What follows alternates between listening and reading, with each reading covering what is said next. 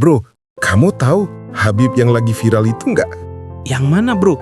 Maksudmu yang Habib kabur setelah nikah itu apa? Ya, itu bro. Tapi banyak yang bilang gelarnya dipertanyakan. Gaya hidupnya mewah banget. Tahu nggak? Udah kebongkar semua di pondoknya. Ada santri yang bongkar. Emang iya? Gimana ceritanya? Jadi, begini ceritanya. Assalamualaikum teman-teman semua. Selamat datang kembali di channel Kisah Reinkarnasi. Senang sekali bisa hadir lagi membawakan cerita penuh hikmah dan pelajaran hidup untuk kalian. Sebelum masuk ke kisah yang sangat penting ini, jangan lupa dukung channel ini dengan menekan tombol like, subscribe, dan aktifkan lonceng notifikasi agar kalian tidak ketinggalan cerita-cerita terbaru. Dan nanti, jika kalian merasa mendapatkan pelajaran berharga dari kisah ini, tuliskan komentar Masya Allah sebagai bentuk dukungan dan apresiasi kalian. Sekarang, mari rebahan, tenangkan hati, dan rasakan kisah menakjubkan berikut ini.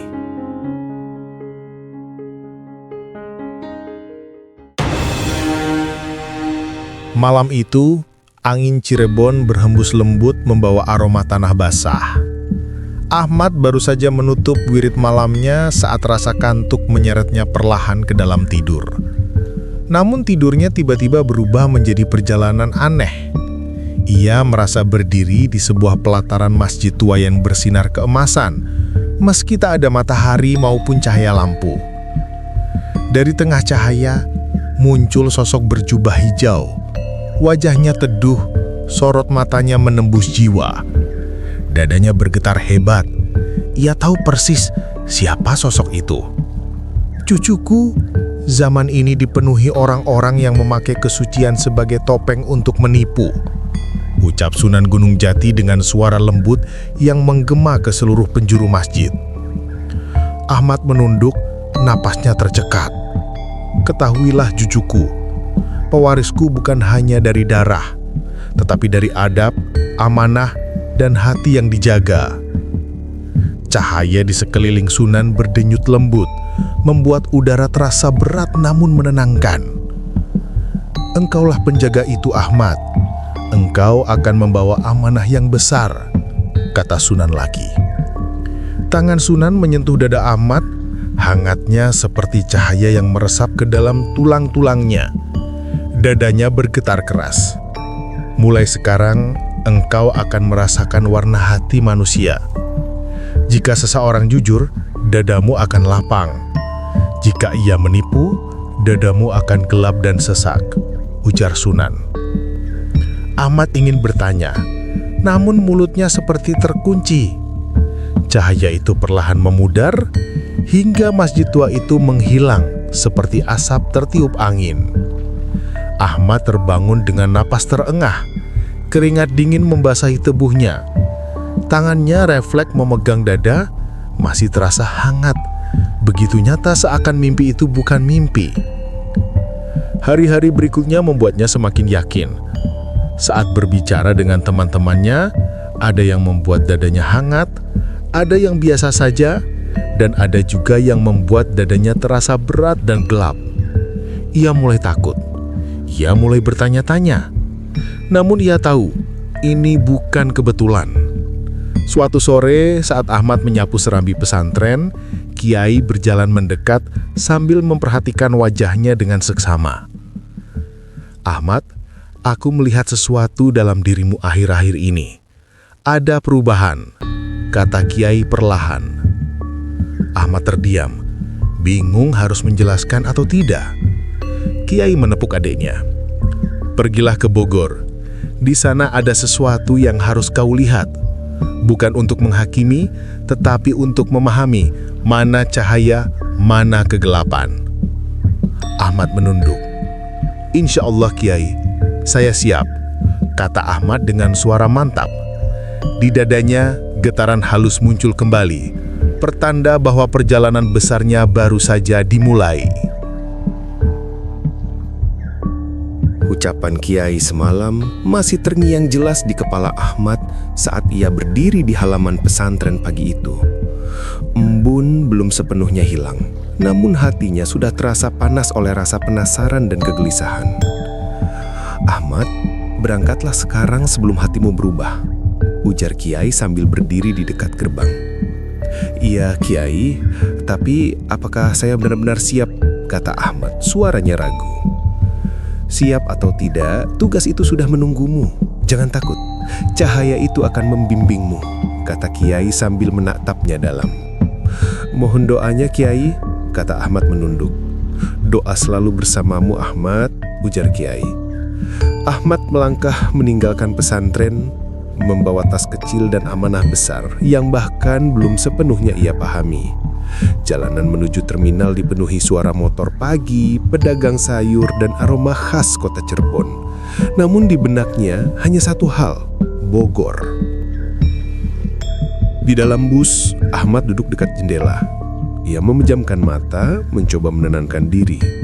Namun tiba-tiba ia merasakan getaran aneh, seperti ada bisikan halus menyentuh hatinya. "Kenapa perasaan ini muncul lagi?" gumam Ahmad. Seorang pria paruh bada duduk di sebelahnya. Wajahnya biasa saja, tapi Ahmad merasakan sesuatu yang gelap dari dalam hati pria itu. Semacam niat buruk yang tertutup rapi oleh raut tenang. Pak, apa Bapak sedang gelisah?" kata Ahmad spontan. "Loh, kok kamu tahu?" Saya hanya merasakan saja," kata Ahmad bingung sendiri. Pria itu tercekak. Saya baru dari rumah sakit. Istri saya hamil, tapi saya sembunyikan dari keluarga. Saya takut mereka marah." Ahmad menelan ludah. Ia mulai memahami apa yang dimaksud Kiai tentang melihat mana cahaya dan kegelapan. "Pak, kebenaran memang kadang menakutkan," kata Ahmad pelan. "Kamu benar, Nak. Terima kasih." Sesaat setelah pria itu turun, Ahmad merasakan hawa lain masuk ke dalam bus. Lebih berat, lebih gelap. Seolah angin bergeser membawa bisikan baru. Sesampainya di Bogor, Ahmad turun dari bus. Udara dingin kota hujan itu langsung menyergap wajahnya. Namun bukan dinginnya yang membuatnya merinding, melainkan getaran aneh yang muncul dari dalam dirinya. "Ahmad," bisik halus itu muncul, entah dari mana. Ia menoleh cepat. Tidak ada siapa-siapa. "Ini pasti bagian dari amanah," gumam Ahmad. Ia berjalan melewati pasar, masjid-masjid kecil, jalan-jalan sempit. Setiap langkah seolah membawanya semakin dekat dengan sesuatu yang tidak terlihat. Hingga tiba-tiba dari kejauhan, ia melihat sebuah kerumunan besar di depan sebuah rumah mewah. Orang-orang memanggil seseorang, "Habib, Habib, berkahnya Habib." Nama itu membuat tubuh Ahmad kaku. Di antara kerumunan itu berdiri seorang lelaki berwajah tampan dan berjubah putih sempurna. Senyumnya lembut, terlalu lembut. Tatapannya menenangkan, tetapi hatinya gelap, sangat gelap. "Habis ini saya mau ketemu model cantik itu yang dari Kalimantan," kata lelaki itu pelan pada asistennya. Dan Ahmad tahu, dialah orang yang dimaksud Kiai, Habib Razi. Dan misi itu baru saja memulai.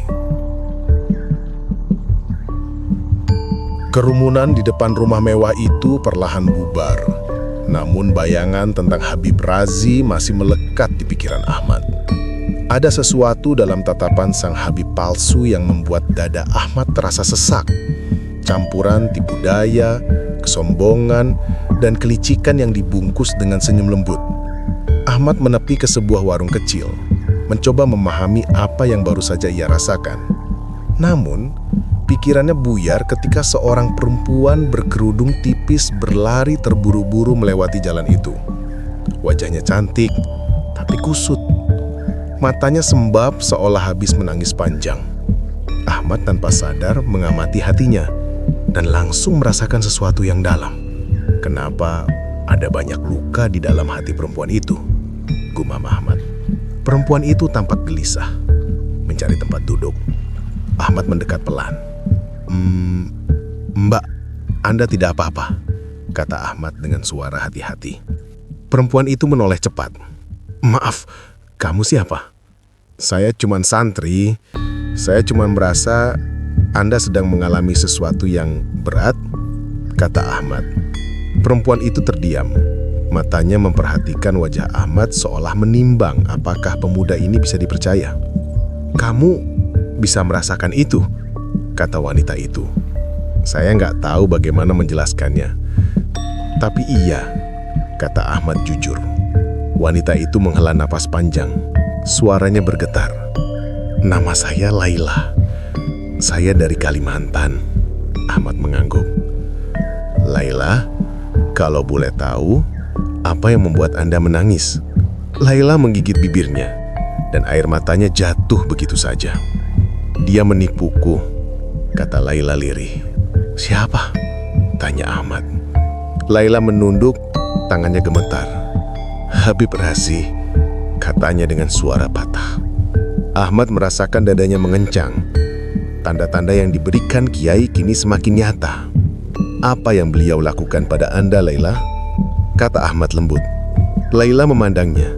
Wajahnya penuh luka yang disembunyikan terlalu lama. "Dia menikahiku. Bilang dia bujang. Bilang saya adalah jodoh yang dikirimkan langit. Tetapi setelah 2 bulan, dia pergi tanpa meninggalkan apa-apa. Bahkan saat aku..." Laila terhenti.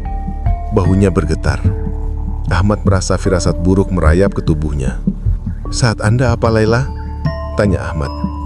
Laila meletakkan tangan di perutnya yang masih rata, namun terasa dijaga. "Saya hamil," kata Laila lirih. Ahmad tertegun.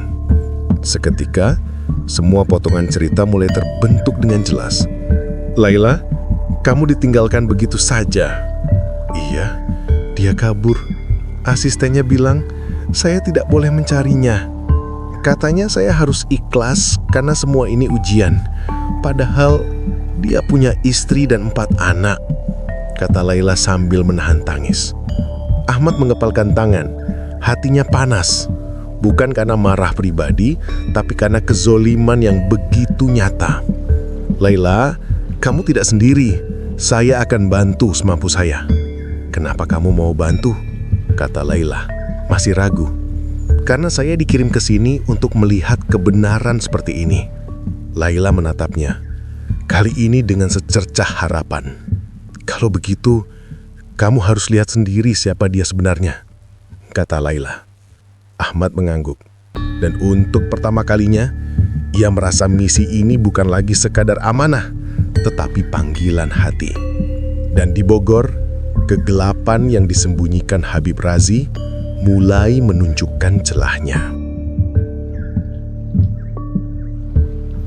3 hari setelah mendengar kesaksian Laila, Ahmad berdiri di depan sebuah bangunan megah bertuliskan Pondok Ilmu Barokah Razi. Bangunannya lebih mirip hotel bintang 4 daripada pesantren. Dindingnya marmer, pintunya otomatis, dan halaman depannya dipenuhi mobil mewah yang bahkan belum pernah Ahmad lihat sebelumnya. "Ya Allah, pesantren macam apa ini?" gumam Ahmad. Seorang penjaga satpam bersorban mendekat. "Kamu siapa?" tanya satpam itu ketus. "Saya Ahmad, Pak, santri baru, mau mondok di sini," kata Ahmad. Satpam itu meliriknya dari atas sampai bawah, seolah menilai bahwa Ahmad tidak pantas berada di tempat mewah seperti itu. "Santri baru?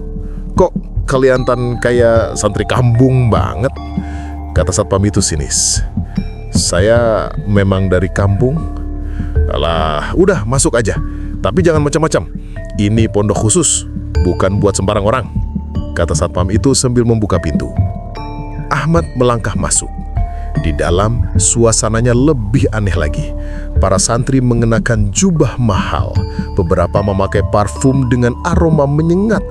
Ada yang sibuk selfie, ada pula yang merekam vlog sambil menyebut-nyebut nama Habib Razi, seolah sedang memuja. Seorang pemuda dengan alis tebal mendekatinya. "Kamu santri baru?" tanya pemuda itu. "Iya, nama saya Ahmad," kata Ahmad. Pemuda itu mendengus. "Nama pasaran banget." "Ya sudah, ikut saya. Tapi jangan berharap dapat kamar bagus. Itu buat santri pilihan Habib," katanya. "Apa maksudnya santri pilihan?" tanya Ahmad. Pemuda itu menatapnya tajam. "Santri yang dekat dengan Habib. yang diajak acara-acara penting, yang dikasih amplop tiap minggu, yang bisa foto bareng, yang dianggap paling berkah, kata pemuda itu. Ahmad mengangguk, berusaha menyimpan rasa tidak nyaman. Semua terasa asing, terlalu glamor untuk sebuah pondok yang mengatasnamakan agama. Setelah menaruh tasnya di kamar kecil di ujung lorong, Ahmad melihat kerumunan di halaman dalam. Mereka berkumpul sambil memegang ponsel, menatap satu arah. "Habib datang! Habib datang!" teriak salah satu santri. Habib Razi muncul dari mobil putih mewahnya. Jubahnya berkilauan, parfumnya menyengat, dan senyumnya tenang tapi penuh kepalsuan. Ahmad memejamkan mata sejenak. Ia coba merasakan hatinya, dan itu terjadi lagi. Gelombang kegelapan datang dari arah Habib Razi. Bukan aura marah, tapi aura tipu daya yang sangat tebal. Habib mendekati para santri. "Assalamualaikum anak-anak." "Waalaikumsalam Habib," jawab mereka dengan suara penuh kekaguman. Habib menatap Ahmad yang berdiri paling belakang. "Santri baru?" tanya Habib. "Iya Habib, nama saya Ahmad." Habib tersenyum kecil. "Selamat datang. Semoga kau bisa menjadi bagian dari cahaya." Tapi ketika mata mereka bertemu, Ahmad merasakan sesuatu seperti tusukan halus, dingin, menusuk, dan penuh niat yang tidak baik. "Terima kasih Habib." Sambil menunduk, Ahmad melangkah ke kamarnya. Di tempat itu, kebenaran dan kebusukan hidup berdampingan dalam satu bangunan. Dan Ahmad sadar, ia baru saja masuk ke sarang kegelapan. Pagi itu, suasana pondok terasa jauh lebih berat dari biasanya. Langit Bogor kelabu, seperti mengetahui sesuatu yang buruk sedang terjadi. Ahmad berjalan menuju aula, tetapi tatapan para santri terasa ganjil. Ada rasa curiga, ada yang membenci, dan ada pula yang seolah menjauhinya. Di depan aula, santri senior bernama Fadil menghadangnya dengan senyum tipis penuh ejekan. "Ahmad, kamu makin berani ya akhir-akhir ini," katanya dengan nada meremehkan. "Saya hanya menjalankan amanah Kiai," jawab Ahmad tenang. Fadil mendekat, suaranya rendah namun menantang. "Di sini yang berkuasa bukan Kiai kamu, tapi Habib Razi." Beberapa santri lain tertawa pelan, seolah sudah menantikan momen itu. Saat Ahmad melangkah masuk ke aula, Habib Razi sudah duduk di kursinya yang megah, menatap Ahmad seperti sedang menilai mangsa. "Ahmad, kemari," kata Habib Razi. Ahmad berdiri di depan semua santri. "Aku mendengar kau sering bertanya-tanya tentang urusan pribadi orang. Itu tidak pantas. Santri harus rendah hati." Ahmad menunduk sopan. "Saya hanya ingin belajar, Habib." "Belajar? Atau mencari masalah?" Beberapa santri langsung menyoraki Ahmad. Ruangan berubah seperti arena penghakiman. "Habib, saya tidak bermaksud begitu," ujar Ahmad lagi. Habib Razi menatapnya lama. "Kalau kau tidak bisa mengikuti aturan pondok, lebih baik kau pulang." Ucapan itu membuat seluruh aula hening. Ahmad merasakan dadanya mengencang, namun ia tetap tenang. "Saya tidak datang untuk melawan Habib. Saya datang untuk mencari kebenaran." "Ah, kebenaran." Habib Razi tiba-tiba tertawa kecil. "Kebenaran itu milik siapa yang paling banyak pengikutnya, Ahmad?" Santri-santri mengangguk patuh. Seperti itu adalah hukum pasti. Ahmad berusaha membaca situasi. Ia sadar Habib Razi ingin menjatuhkannya di depan umum. Tiba-tiba, seorang santri muda berbisik dari belakang Ahmad, "Bang, hati-hati. Habib lagi marah sejak kemarin." Ahmad tidak menoleh, tetapi ia memahami satu hal, ketakutan di pondok ini sudah menjadi budaya. kemudian, Habib Razi memerintah. Mulai hari ini, Ahmad akan bertanggung jawab membersihkan area belakang pondok. Area yang bahkan santri baru pun jarang disentuh. Baik Habib, jawab Ahmad tanpa melawan. Habib Razi tersenyum puas. Bagus, kita lihat seberapa lama kau bertahan. Saat Ahmad hendak pergi, seorang santri perempuan yang bekerja di dapur dan diam-diam memperhatikan semuanya, menyelinap mendekat dan berbisik pelan. Bang, kalau bang ke area belakang, hati-hati. Di sana banyak yang Habib sembunyikan. Ahmad menatapnya sebentar, lalu mengangguk pelan. Dalam hati ia berkata, aku semakin dekat. Ini bukan sekedar pondok, ini labirin rahasia. Dan di sudut luar aula, di balik tirai tipis, Ahmad melihat sekilas wanita Kalimantan itu. Wajahnya murung, perutnya membesar. Itu cukup bagi Ahmad untuk tahu jejak kegelapan itu nyata, dan ia telah resmi masuk terlalu jauh untuk mundur. Sore itu, langit Bogor berwarna jingga kelelahan, seperti menyaksikan sesuatu yang tak ingin ia lihat. Ahmad berjalan menuju area belakang pondok, tempat yang selama ini jarang terjamah, lembab, sunyi, dan penuh barang-barang tua yang ditumpuk tanpa aturan. Saat ia membuka pintu kayu yang hampir lapuk, aroma apek langsung menyergap. Bismillah, gumam Ahmad pelan. Ia mulai membersihkan sudut demi sudut. Namun makin lama ia bekerja, semakin jelas bahwa tempat itu bukan sekedar gudang. Ada lemari besar terkunci, tumpukan map, serta kotak-kotak yang tak wajar tersembunyi di balik kain tebal. Tiba-tiba seorang suara muncul dari belakang. "Bang, jangan lama-lama di sini." Seorang santri muda, Fikri, muncul sambil gelisah. "Tempat ini, abang harus hati-hati." "Kenapa kamu bilang begitu?" Fikri menggigit bibir ragu. "Soalnya banyak yang aneh. Ada yang pernah lihat Habib nyimpen-nyimpen surat, foto, barang pribadi, tapi yang lihat biasanya langsung dipindah tugas jauh." Ahmad menangguk. "Terima kasih sudah memberitahu." Fikri menelan ludah. "Bang, saya cuma ingin kebenaran, tapi saya takut." Ahmad menepuk bahunya. "Takut itu wajar, tapi diam itu kadang lebih berbahaya." Setelah Fikri pergi, Ahmad melanjutkan pekerjaannya.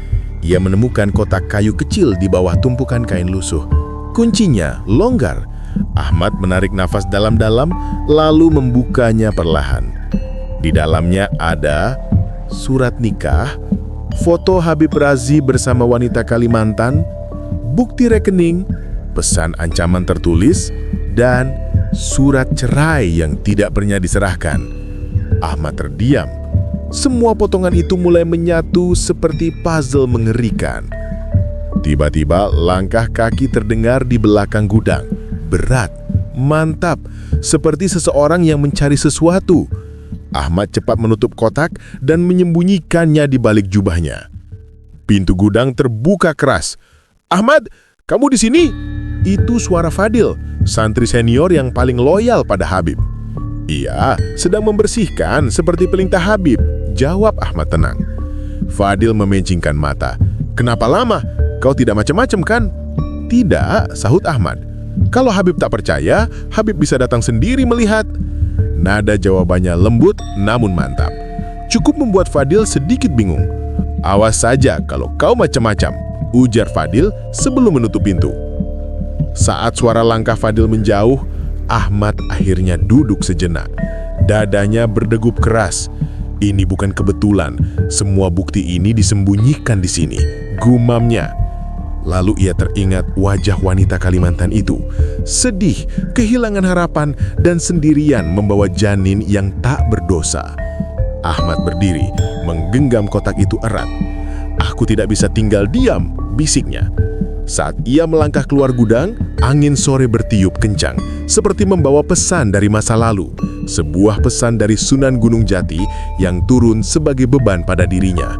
Kebenaran harus ditegakkan, meski seluruh dunia menghalanginya.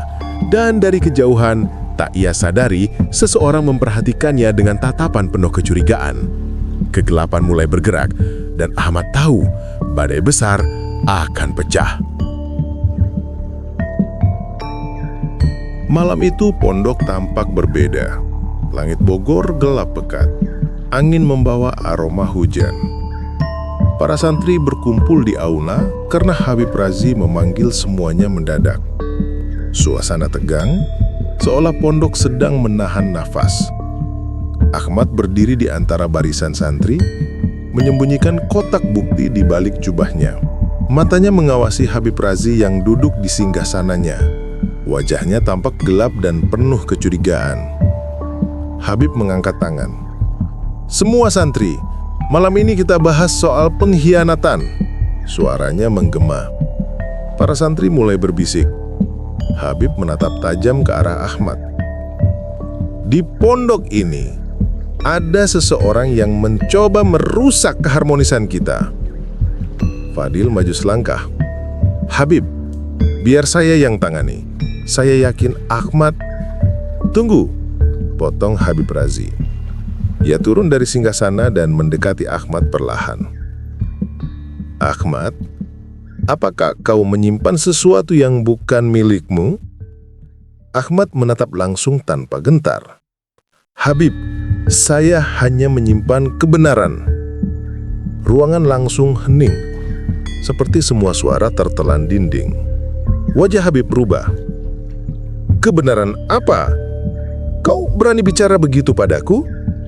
"Saya tidak bermaksud menantang, tapi saya tidak bisa diam melihat kezoliman." Beberapa santri yang simpatik mulai gelisah, sementara pengikut loyal Habib tampak marah. Habib Razi mendekat lebih dekat. Suaranya bergetar. "Kau pikir kau siapa? Santri baru? Pendatang? Atau kau kira kau lebih suci?" Ahmad menarik kotak dari balik jubahnya. "Saya kira Anda harus menjelaskan ini."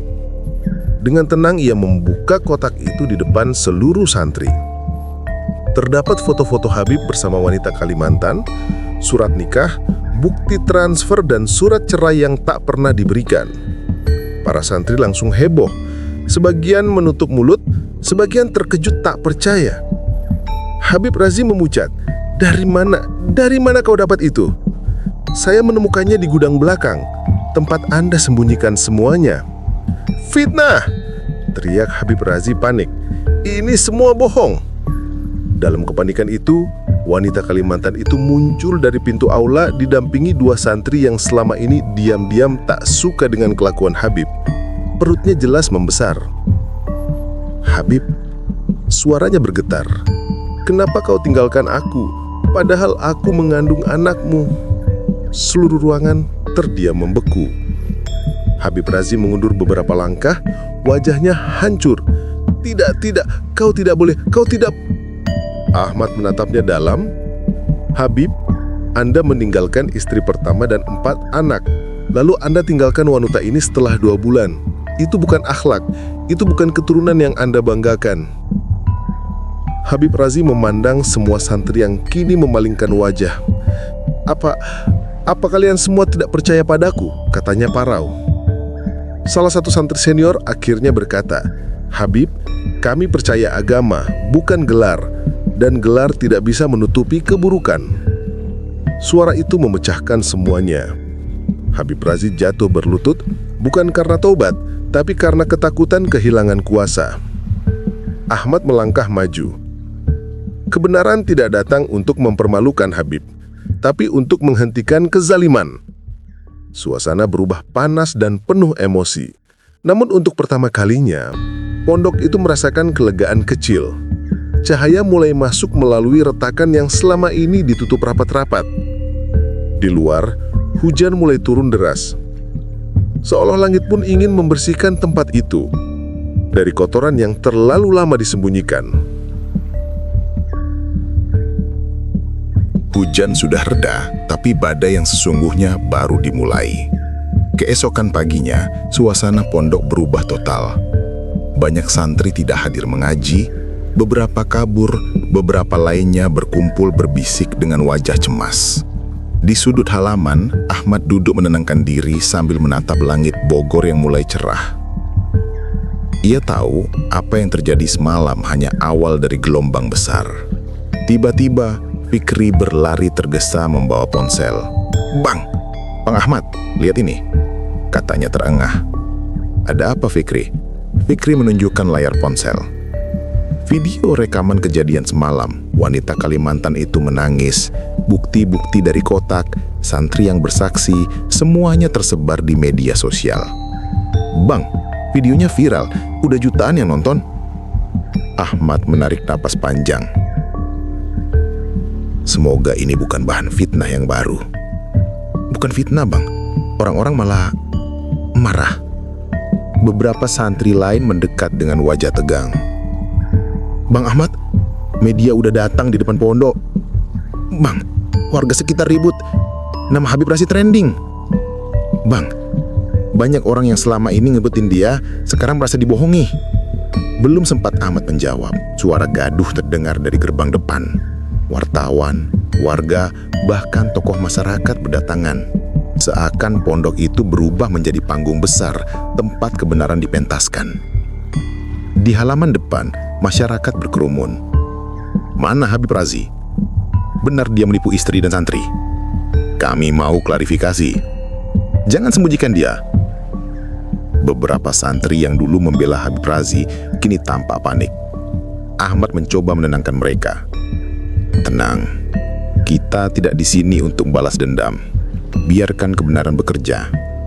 Namun Fadil yang selama ini paling loyal mendekat dengan wajah ketakutan. "Ahmad, ini semua gara-gara kamu. Gara-gara kamu pondok jadi kacau." "Fadil," kata Ahmad tenang, "yang membuat kacau bukan kebenaran, tapi kebohongan yang terlalu lama disembunyikan." Fadil terdiam, tidak bisa membantah. Dari pintu pondok, Habib Razi muncul dengan wajah kusut, mata merah, jubah berantakan. Bukan lagi sosok yang karismatik. Tak ada cahaya wibawa, yang tersisa hanya sisa-sisa puing keangkuhan. "Semuanya, pergilah," katanya lemah. Wartawan langsung membanjiri dengan pertanyaan.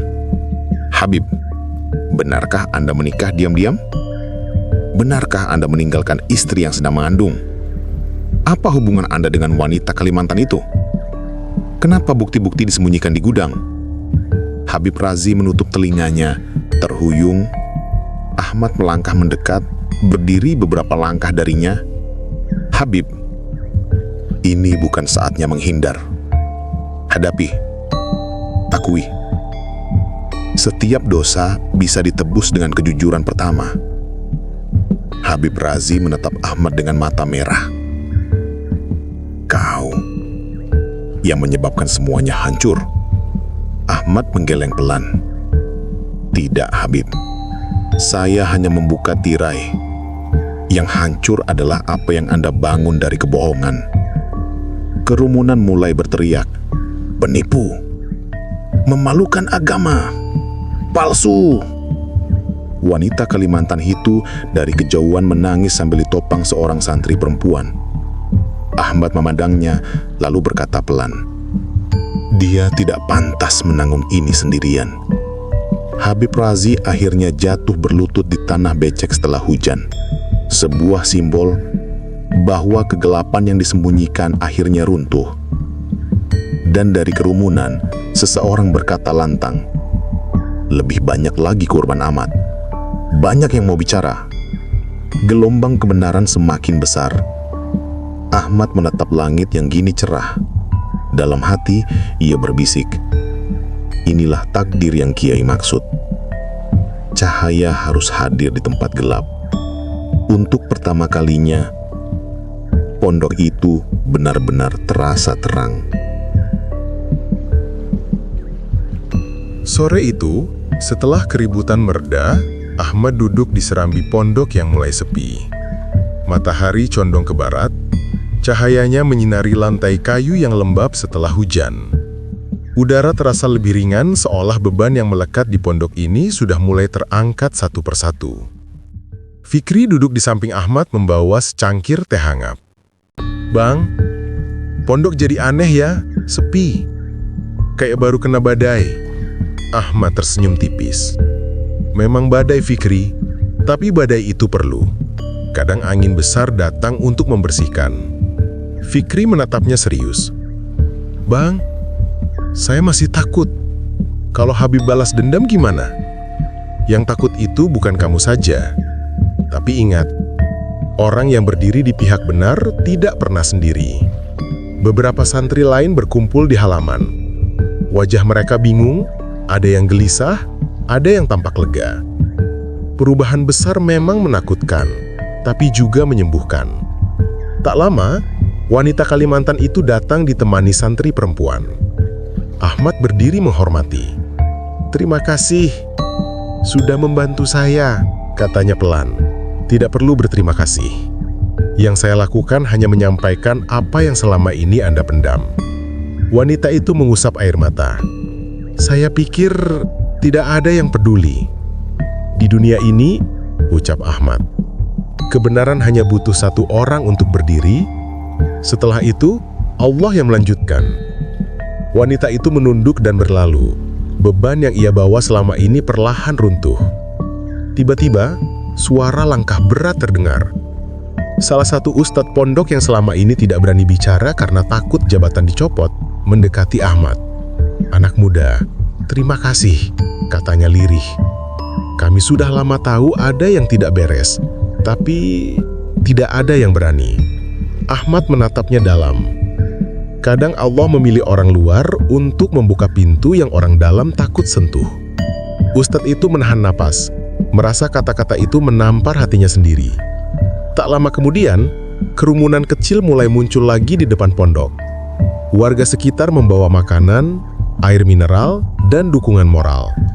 Bukan untuk Habib Razi, melainkan untuk para santri yang merasa kehilangan arah. Salah satu warga berkata, "Kami ada untuk kalian, jangan takut. Yang salah bukan pondoknya, tapi orangnya." Ahmad hanya diam, matanya berkaca-kaca. Di saat itu, ponsel Fikri berbunyi. "Bang, video abang lagi trending nomor 1. Banyak ustadz dan tokoh masyarakat ikut angkat suara." Ahmad menghela napas panjang. Semoga viralnya bukan karena sensasi, tapi jadi pelajaran untuk semua. Malam mulai turun. Ahmad berjalan keluar pondok menatap langit gelap yang penuh bintang. Ia membuka pesan terakhir Kiai sebelum berangkat.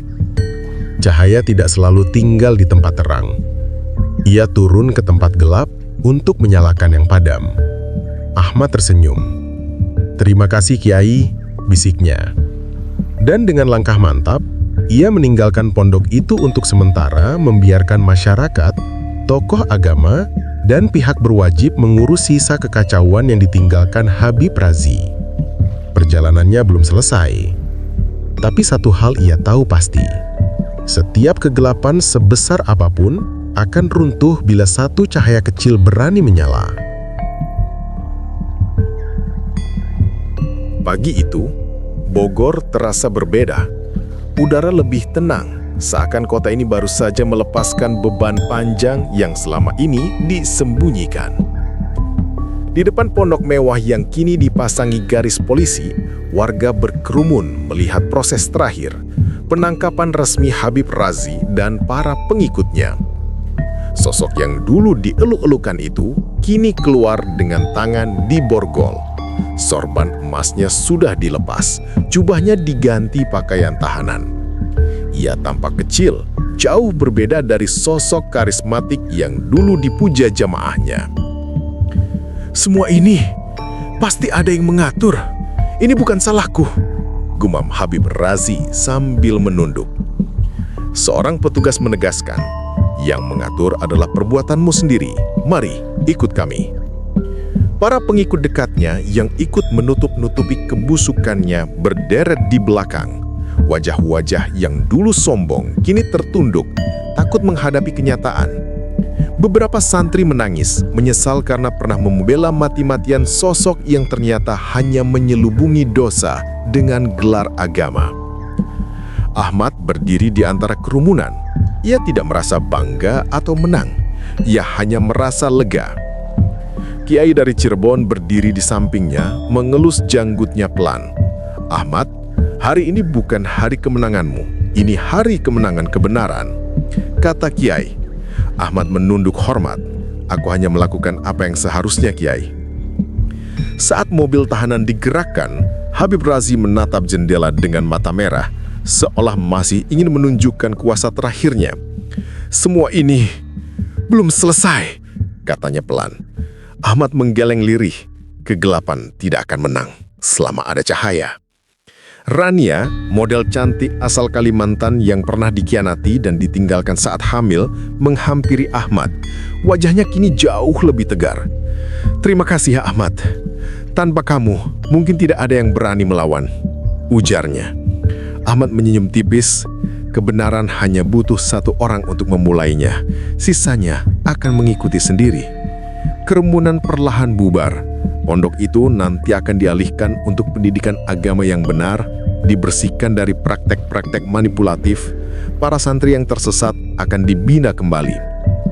Sementara itu, Ahmad dan Kiai berjalan meninggalkan lokasi. "Ahmad," ujar Kiai sambil lembut, "perjalananmu tidak berhenti di sini. Dunia selalu punya tempat-tempat yang diselimuti gelap. Tugasmu adalah membawa cahaya ke sana." Ahmad menatap langit Bogor yang mulai cerah. "Insya Allah, Kiai, aku siap." Dan begitulah, tirai kegelapan runtuh, kebenaran berdiri tegak, dan seorang santri muda kembali melanjutkan perjalanannya sebagai pembawa cahaya. Kisah ini berakhir dengan satu pelajaran penting. Kebenaran mungkin tertutup, tapi tidak pernah mati. Setiap kebusukan akhirnya terungkap, dan setiap cahaya akan menemukan jalannya. Terima kasih sudah mengikuti cerita ini hingga akhir. Dukung terus channel Kisah Reinkarnasi dengan like, subscribe, dan jangan lupa tinggalkan komentar. Masya Allah. Sampai bertemu di cerita berikutnya. Wassalamualaikum warahmatullahi wabarakatuh.